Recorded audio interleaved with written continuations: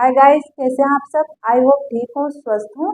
जैसा कि basic English grammar की एक सीरीज की शुरुआत की है मैंने, जिसमें आज हमारा क्लास 21 है।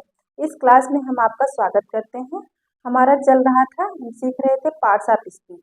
मेन टॉपिक था पार्ट्स ऑफ स्पीच। उसमें हम हर पार्ट्स ऑफ स्पीच को बहुत ही एक एक करके बहुत ही डिटेल से कवर करा रहे थे। तो कुछ पार्ट्स ऑफ स्पीच हो चुके थे। हमारा चल रहा था parts of speech pronoun. Pronoun मतलब सर्वनाम। हम प्रोनाउन के बारे में सीख रहे थे। हम सीख रहे थे कि प्रोनाउन क्या है। हम सीख रहे थे कि प्रोनाउन का उपयोग यूज कैसे होता है इंग्लिश में, सेंटेंस में, और किसके लिए होता है, किसके रिप्लेस मतलब किसके स्थान पर होता है। इस प्रकार हम डिटेल से प्रोनाउन को सीख रहे थे। तो मैक्सिमम हो चुका था, हमारा बचा था 2 टाइप। जो प्रोनाउन के टाइप थे उसमें 2 टाइप बचा था। तो आज की इस क्लास में हम वो टाइप को सीखेंगे। आई होप आपको क्लास पसंद आ रही हो। हम आपको रिमाइंड कराना चाहते हैं कि जो हमारी क्लासेस 1 से लेकर 20 तक ना देखा हो तो वो प्लेलिस्ट में सारी क्लासेस ऐड है, जाके देख सकता है। और बहुत ही अच्छे तरीके से, बहुत इजी तरीके से बताया गया है। बहुत आसानी से आप सीख सकते हैं। कुछ ना कुछ ज़रूर सीखेंगे उससे और आपकी इंग्लिश इम्प्रूव होगी।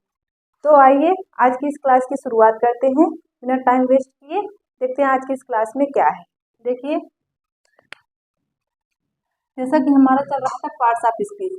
पार्ट्स ऑफ स्पीच क्या है हम आपको बताए थे। तो उसमें था हमारा प्रोनाउन। प्रोनाउन का मतलब होता है सर्वनाम। तो हम प्रोनाउन की डिफिनीशन तो सीख चुके हैं। अब प्रोनाउन की टाइप हम सीख रहे थे। तो प्रोनाउन के कितने टाइप हैं? तो 8 टाइप थे।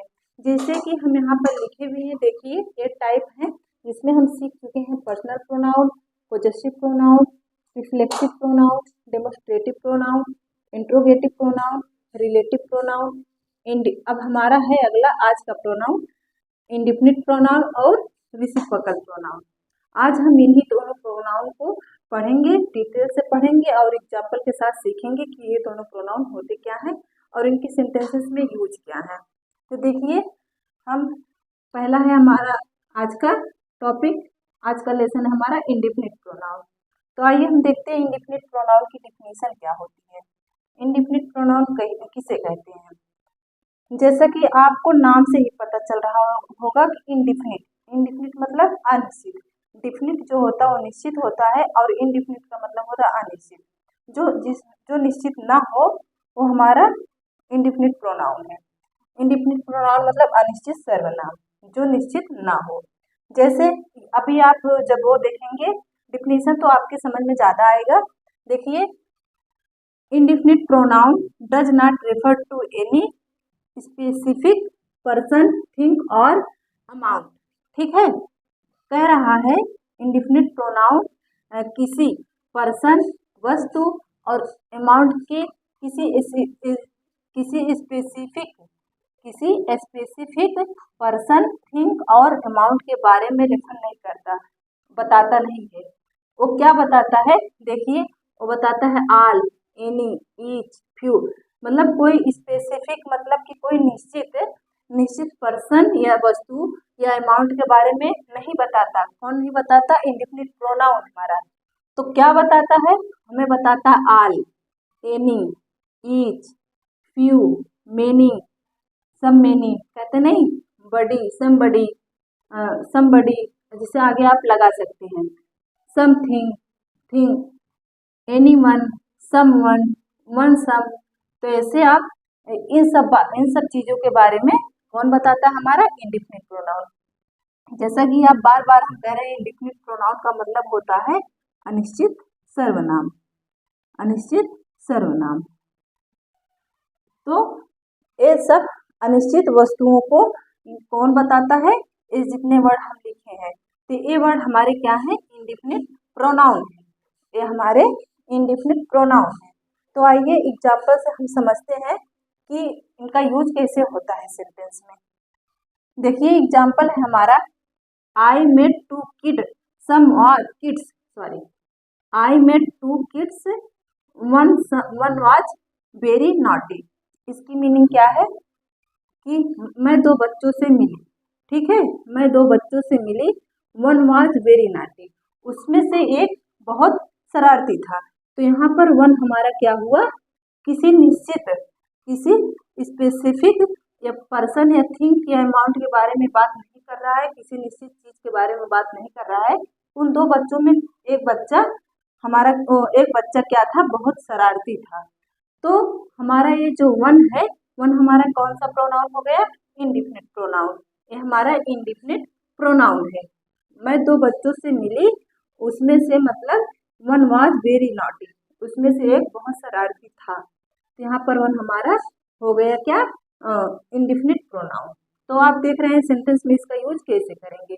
जब कोई निश्चित ना हो, जिसकी मतलब अनिश्चित हो, उसके लिए हम जिस वर्ड का यूज करते हैं उसे ही तो कहते हैं indefinite pronoun.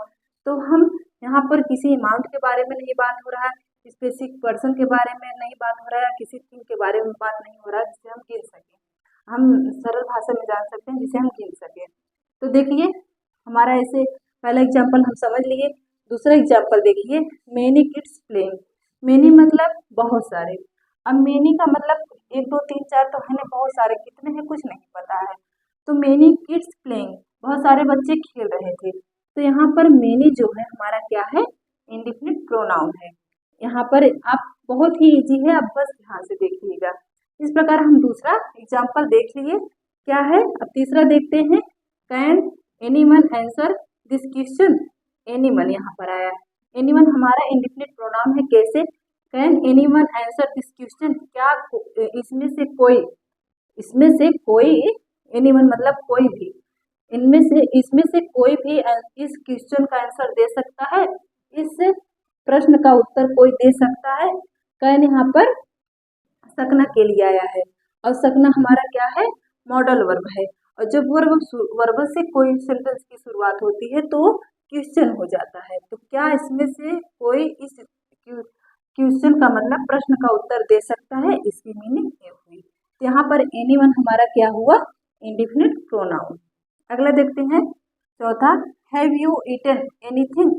Have you eaten anything, anything मतलब सभी हर किसी ने, हर किसी, क्या तुमने, एनीथिंग का मतलब सभी ने भोजन कर लिया, क्या तुम सभी ने भोजन कर लिया। यहाँ पर देखिए हैव क्या है हमारा, हेल्पिंग वर्ब है। हेल्पिंग वर्ब से शुरुआत हुई है, इसलिए हमारा क्वेश्चन वाले सेंटेंस हो गए, हमारे क्वेश्चन बता रहे हैं। हम पांचवा देखते हैं, एवरीथिंग इज रेडी, सब कुछ तैयार है।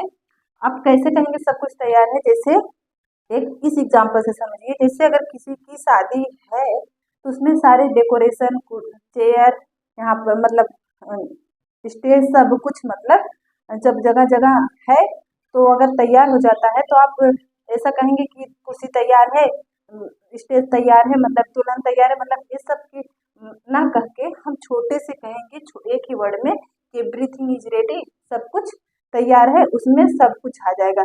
एक एक करके सारे चीज़ों का नाम लेंगे तो बड़ा हो जाएगा, इसलिए हम इन चीज़ों का वर्ड यूज करते हैं सेंटेंस को छोटा करने के लिए और जल्दी से बोलने के लिए। तो एवरीथिंग इज रेडी, सब कुछ तैयार है, सब कुछ में सब कुछ आ गया। तो हमारा एवरीथिंग जो है हमारा क्या है, इंडिफिनिट प्रोनाउन है। देखिए बोथ आर गुड, बोथ का मतलब क्या होता है, दोनों, दोनों मतलब दोनों अच्छे हैं। जैसे राम और श्याम है तो आप ऐसा कहेंगे कि Ram is good, Shyam is good, तो बड़ा लगेगा और कहने में भी नहीं अच्छा लग रहा है, इसलिए हम बोथ का यूज करते हैं, बोथ आर गुड, दोनों अच्छे हैं। तो यहाँ पर बोथ हमारा क्या हो गया, इंडिफिनिट प्रोनाउन। ठीक है, इसीलिए हम इंडिफिनिट प्रोनाउन वर्ड का यूज करते हैं ताकि क्वेश्चन छोटा भी हो जाए और बार बार एक एक चीज मतलब एक एक चीज का वर्णन करने से अच्छा है डिटेल से बताने से कि हम ऐसे वर्ड का यूज कर लेंगे इंडिफिनिट प्रोनाउन का तो जल्दी हो जाएगा। ठीक है, आगे देखते हैं, हमारा अगला है pronoun reciprocal pronoun. Reciprocal pronoun किसे कहते हैं, तो देखिए ये बहुत ही इंपॉर्टेंट है और इजी भी है, थोड़ा ध्यान से देखिएगा। यहाँ पर देखिए इसकी definition, reciprocal pronoun express mutual action. Mutual action का मतलब होता है पारस्परिक क्रिया, मतलब एक दूसरे जो एक दूसरे मिलकर कर रहे हैं, दो लोग हैं मिलकर कर रहे हैं, उसे पारस्परिक क्रिया कहते हैं, इंग्लिश में उसको म्यूचुअल एक्शन कहते हैं। एक्सप्रेस म्यूचुअल एक्शन का मतलब पारस्परिक क्रिया। ठीक है, given are done in return. तो देखिए यहाँ पर हम एक वो ले रहे हैं डिफिनीशन, आप डिफिनीशन अच्छे समझ जाएंगे। देखिए, when each of two or more subject is acting in the same way toward the another। देखिए, इसकी मीनिंग ये है कि जब दो सब्जेक्ट या दो से अधिक सब्जेक्ट मतलब कर्ता सेम एक्टिंग कर रहे हो, मतलब जो वो कर रहा है, जैसे हम एक दूसरे से बात कर रहे हैं, वो भी हमसे बात कर रहा है, हम भी उससे बात कर रहे हैं। जब दोनों लोग एक ही क्रिया कर रहे हो, दो सब्जेक्ट या दो से अधिक सब्जेक्ट, दो या दो से अधिक सब्जेक्ट एक ही क्रिया कर रहे हो, एक ही काम कर रहे हो, तो उसको हम क्या कहेंगे? Reciprocal pronoun. कैसे? देखिए एग्जाम्पल एक हम ले रहे हैं, A is playing with B. A B के साथ खेल रहा है, and B is playing with A. B A के साथ खेल रहा है, तो क्या कर रहा है? इसमें पारस्परिक क्रिया हो रही है। ए बी के साथ खेल रहा है, बी ए के साथ खेल रहा है, सेम क्रिया हो रही है, खेल रहे हैं दोनों, एक दूसरे के साथ खेल रहे हैं, तो सेम क्रिया कर रहे हैं, सेम काम कर रहे हैं, इसलिए यहाँ पर एक क्या हो गया? Reciprocal pronoun. तो इसका सबसे अच्छी पहचान है कि वो सेम वे, मतलब सेम जो काम पहला कर रहा है वही काम दूसरा एक दूसरे के साथ करे और सेम काम करे, मतलब समान काम करे। तो उसके लिए हम कौन सा प्रोनाउन मतलब समझेंगे? रेसिप्रोकल प्रोनाउन समझेंगे। अगर एग्जाम में आ गया ऐसे एग्जाम्पल दे दिया और पूछ लिया इसमें कौन सा प्रोनाउन है, तो आप बहुत ही आसानी से बता सकते हैं। देखिए, यहाँ पर हम लिखे इतना बड़ा वर्ड, अब इसको छोटा करेंगे हम प्रोनाउन के माध्यम से। जैसे A is playing with B and B is playing with A.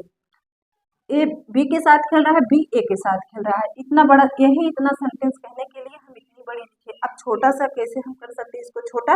A and B are playing with each other. A और बी एक दूसरे के, ईच अदर मतलब एक दूसरे के साथ खेल रहे हैं। तो यहाँ पर ये सेंटेंस छोटा हो गया। ये हम आपको बताए कि हमारा कौन सा प्रोनाउन है, ये हमारा इंडिफिनिट प्रोनाउन है। तो इंडिफिनिट रेसिप्रोकल प्रोनाउन है। रेसिप्रोकल प्रोनाउन की वजह से हम सेंटेंस को छोटा कर दिए और पढ़ने में भी अच्छा लगा। तो इसका यूज क्या है हमारा रेसिप्रोकल प्रोनाउन का, कि हम ऐसे वर्ड का यूज करें ताकि सेम क्रिया होती रहे और वर्ड मतलब छोटा भी हो जाए। यहाँ पर देखिए वर्ड बड़ा था, इसी को हम इसी तरीके से लिख सकते हैं। देखिए कितने हैं रेसिप्रोकल प्रोनाउन हमारे? There are 2 reciprocal pronoun. 2 प्रकार के रेसिप्रोकल प्रोनाउन है। कौन कौन से? बस 2 ही है। पहला है ईच अदर, दूसरा है वन अदर। इन्हीं दोनों चीजों का सेंटेंस में प्रयोग होगा, ईच अदर, वन अदर। आइए अब देखते हैं कि हमें रेसिप्रोकल प्रोनाउन में 2 चीजों का बहुत ध्यान देना है। बस 2 चीजें ध्यान में रखना है, बिकॉज क्योंकि इसमें कर्ता एक नहीं रहता, 2 रहता है, तो वहां पर हमेशा बहुवचन होगा, तो वर्ब भी बहुवचन की आएगी। तो देखिए 2 चीजें हमें कौन सा ध्यान रखना है? 2 थिंग्स टू रिमेम्बर, 2 चीजें हमको याद रखनी है। कौन कौन सी? सब्जेक्ट सिंगुलर के साथ नहीं, सब्जेक्ट जो है उस सिंगुलर के साथ कभी नहीं आएगा, बिकॉज इसमें 2 लोग हैं तो हमेशा प्लूरल आएगा। उसी प्रकार क्रिया एक ही होनी चाहिए। ये शर्त कंडीशन रखिए कि सब्जेक्ट के साथ सिंगुलर मतलब सब्जेक्ट कभी भी सिंगुलर नहीं आएगा और क्रिया एक ही होनी चाहिए। अगर मैं खेल रही हूँ तो अगला खेल ही रहा हो, तो हम दोनों एक दूसरे के साथ सेम क्रिया कर रहे हो, पारस्परिक क्रिया कर रहे हो, तो हमारा रेसिप्रोकल प्रोनाउन होगा। आइए अब एग्जाम्पल से देखते हैं कि एग्जाम्पल से आपको ज्यादा समझ में आएगा। देखिए एग्जाम्पल है, Ram and Roli love each other. इसकी मीनिंग होगी राम और रोली एक दूसरे से प्यार करते हैं। तो सेम प्रक्रिया हो रही है, सेम प्रोसेस एक्सप्रेशन हो रहा है यहाँ पर, इसलिए यहाँ पर कौन सा हो गया? Reciprocal pronoun. यहाँ पर सेम क्रिया हो रही है, सेम वे हो रहा है। देखिए Ram and Mohan are talking to each other. यहाँ पर देखिए राम और Mohan talking to each other. आप देखिएगा यहाँ पर आर आया, आर प्लूरल के साथ आता है, हेल्पिंग वर्ब है। तो यहाँ पर शर्त रखी गई थी कि सब्जेक्ट कभी भी सिंगुलर नहीं होगा, बिकॉज 2 लोग होंगे। जैसे यहाँ पर देखिए 2 लोग हैं, 2 करता है, यहाँ पर भी 2 करता है, सिंगुलर नहीं होगा, यही शर्त कंडीशन थी। और दूसरा एक ही क्रिया हो रही हो, तो यहाँ पर देखिए Ram and Roli love each other, तो एक ही क्रिया हो रही है यहाँ पर। दूसरा देखिए Ram and Mohan are talking to each other. Ram और मोहन एक दूसरे से बात कर रहे हैं, तो बात कर रहे हैं वो राम मोहन से कर रहा, मोहन राम से, तो यहाँ पर एक ही क्रिया हो रही है। और यहाँ पर देखिए सब्जेक्ट भी बहुवचन का है, बहुवचन है, 2 लोग हैं। आप देख रहे हैं 2 और मोर सब्जेक्ट, 2 या 2 से अधिक सब्जेक्ट हो, तो इसमें भी देखिए 2 सब्जेक्ट हैं, इसमें भी देखिए 2 सब्जेक्ट हैं। देखिए they do not believe each other, वे एक दूसरे पर विश्वास, एक दूसरे का विश्वास नहीं करते। यहाँ पर देखिए विश्वास की बात हो रही है तो फीलिंग भी इसमें आएगी। विश्वास की बात हो रही न, न राम, जैसे किसी का नाम नहीं लिया जा रहा, लेकिन राम न श्याम पर विश्वास कर रहा है, न श्याम राम पर। तो यहाँ पर 2 कर्ता छुपे हैं, ते मतलब वे होते हैं, वे मतलब बहुत लोग होते हैं। तो यहाँ पर देखिए ये प्लूरल है। तो इसी प्रकार देखिए they do not believe each other, वे एक दूसरे पर विश्वास नहीं करते, एक दूसरे पर विश्वास नहीं करते। इस प्रकार देखिए कर्ता एक से अधिक है और यहाँ पर देखिए एक ही क्रिया हो रही है, बिलीव मतलब विश्वास। अगला देखते हैं दे आल नो ईच अदर, वे सभी को जानते हैं। तो वहां पर देखिए दे क्या है हमारा प्लूरल है, सिंगुलर नहीं है। आल मतलब सभी, नो मतलब जानना, ईच अदर मतलब एक दूसरे को, वे सभी एक दूसरे को जानते हैं। ठीक है। यहाँ पर देखिए अगला है हमारा दे आल वर ब्लेमिंग वन अदर। तो यहाँ पर देखिए क्या कर रहा है, वे सभी एक दूसरे पर, ब्लेमिंग मतलब ब्लेम लगा रहे हैं, आरोप लगा रहे हैं, वे एक दूसरे पर आरोप लगा रहे हैं। तो इस प्रकार आप रेसिप्रोकल प्रोनाउन जो है बहुत इजली समझ गए होंगे। हम एक बार पूरे मतलब जो आज लेसन पढ़ाए उसका रिकैप लेना चाहते हैं ताकि आपको अच्छे से समझ में आ जाए। देखिए हम जल्दी जल्दी रिकैप लेंगे। हमारा था इंडिफिनिट प्रोनाउन। इंडिफिनिट प्रोनाउन किसे कहते हैं, जो निश्चित ना हो, किसी निश्चित व्यक्ति, वस्तु या स्थान के लिए ये वर्ड यूज नहीं होंगे। ये वर्ड, इसमें वर्ड था all, many, each, few, many, body, think, one, some, it. इस प्रकार हम जान लिए कि इंडिफिनिट प्रोनाउन क्या थे हमारे। इंडिफिनिट प्रोनाउन को हम देख लिए, ये जो सारे वर्ड थे हमारे इंडिफिनिट प्रोनाउन है, उसको हम एग्जांपल से देख लिए कैसे इसका यूज होता है। जैसे many kids playing, I met 2 kids, one was very naughty. यहाँ पर देखिए वन किसी निश्चित नहीं है, वन मतलब कोई भी इसमें से। इस प्रकार ये हमारे इंडिफिनिट प्रोनाउन। यहाँ पर मेनी इंडिफिनिट प्रोनाउन, यहाँ पर एनीवन, यहाँ पर देखिए एवरीथिंग, यहाँ पर देखिए एनीथिंग, यहाँ पर बोथ। इस प्रकार हमारे इंडिफिनिट प्रोनाउन खत्म हो गए थे। हम अगला देखे थे रेसिप्रोकल प्रोनाउन। रेसिप्रोकल प्रोनाउन किसे कहते हैं? रेसिप्रोकल प्रोनाउन वो कहते हैं कि जो सब्जेक्ट एक से ज्यादा हो और एक ही क्रिया मतलब दोनों कर रहे हो, 2 लोग हों, एक से ज्यादा सब्जेक्ट हो और वो जो काम कर रहे हो सेम काम कर रहे हो, बस इतना ही जानना है। तो देखिए जैसे A playing with B playing with A, जैसे राम मोहन के साथ खेल रहा है, मोहन राम के साथ खेल रहा है, Ram and Roli love each other. तो राम और रोली दोनों एक दूसरे से प्यार करते हैं। इस प्रकार बस 2 ही चीज इसमें देखना है रेसिप्रोकल प्रोनाउन में, कि सब्जेक्ट कभी सिंगुलर नहीं होगा और क्रिया सेम होगी। यही दोनों चीज देखना है और इसमें कुछ नहीं देखना है। और इसमें 2 प्रकार के रेसिप्रोकल प्रोनाउन हैं, कौन कौन से? Each other, one other. ये वर्ड जान लीजिए, रेसिप्रोकल प्रोनाउन के वर्ड हैं। एग्जाम्पल से भी हम जानेंगे कि ये रेसिप्रोकल प्रोनाउन कौन कौन से हैं हमारे। तो इस प्रकार एक एक करके हम सारे एग्जाम्पल की मदद से हम हमारा प्रैक्टिस भी हो गया, हम जान भी गए, सीख भी गए कि हम प्रोनाउन का यूज कैसे सेंटेंस में करते हैं। तो आप बहुत ही केयरफुली होकर क्लास को अगर देखे होंगे तो बहुत अच्छे से समझ में आया होगा। इसके पहले वाला जो टाइप था हम पिछली वीडियो में बता चुके हैं, जो क्लास 20 था उसमें बता चुके हैं। जो मिस कर दिया उस वीडियो को तो जाके प्लेलिस्ट में सारी वीडियो ऐड देख सकता है। अब हम आपको बताएंगे अगली क्लास में एडजेक्टिव। हमारा अगला पार्ट्स ऑफ स्पीच चलेगा एडजेक्टिव। एडजेक्टिव क्या होते हैं? एडजेक्टिव को विशेषण कहते हैं, विशेषता अच्छी भी हो सकती है, खराब भी। ऐसा नहीं कि कोई सुंदर है तो उसको हम खराब जो कहें वो विशेषता नहीं है। अगर कोई गुड है तो भी उसका एडजेक्टिव है, अगर कोई बैड है तो भी उसका एडजेक्टिव है। इस प्रकार आगे की क्लास में हम आपको बताएंगे बहुत ही डिटेल से एडजेक्टिव। तो आप कल की क्लास मिस मत कीजिएगा और आज की क्लास में केयरफुली होकर देखिएगा। हमारे जितने प्रकार के प्रोनाउन थे हम 8 प्रकार के प्रोनाउन के सबको बता दिए हैं एक एक करके। आप जाके देख लीजिएगा, आपसे रिक्वेस्ट है, और वीडियो को अंत तक जरूर देखिएगा तभी आपकी समझ में आएगा। आज की क्लास हम यहीं पर खत्म करते हैं, हम मिलते हैं अगली क्लास में। तब तक के लिए बी पॉजिटिव, बी